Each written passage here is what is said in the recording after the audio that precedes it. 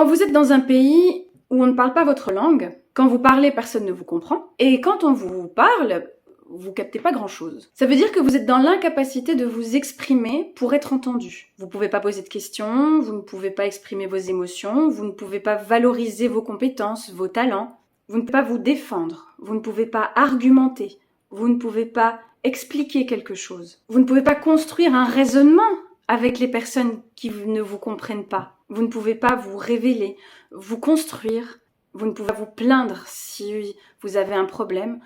Vous ne pouvez pas vous défendre si on vous accuse à tort. Vous ne pouvez pas raconter ce qu'il vous arrive. Vous ne pouvez pas faire de blagues si vous avez de l'humour. Ou rire avec les autres quand une blague vient d'être faite. Vous ne pouvez pas répondre aux questions. Vous ne pouvez pas montrer que vous savez des choses, que vous avez des connaissances. Vous êtes dans la même situation qu'une personne qui n'entend pas et qui ne peut pas parler. Vous êtes alors dans une situation de handicap, alors que vous n'avez aucune déficience. C'est important qu'on en prenne vraiment conscience pour que à l'école, dans nos classes, on puisse mettre en place des aménagements raisonnables pour que les enfants qui ne parlent pas encore la langue commune ne se retrouvent pas en situation de handicap. Dans une prochaine vidéo, je vous exposerai quelques aménagements raisonnables qui ne demandent pas un grand investissement en termes de temps, mais qui peuvent avoir des effets très efficaces sur le court terme, sur le long terme, sur le bien-être des enfants, mais aussi sur notre capacité à rester l'enseignant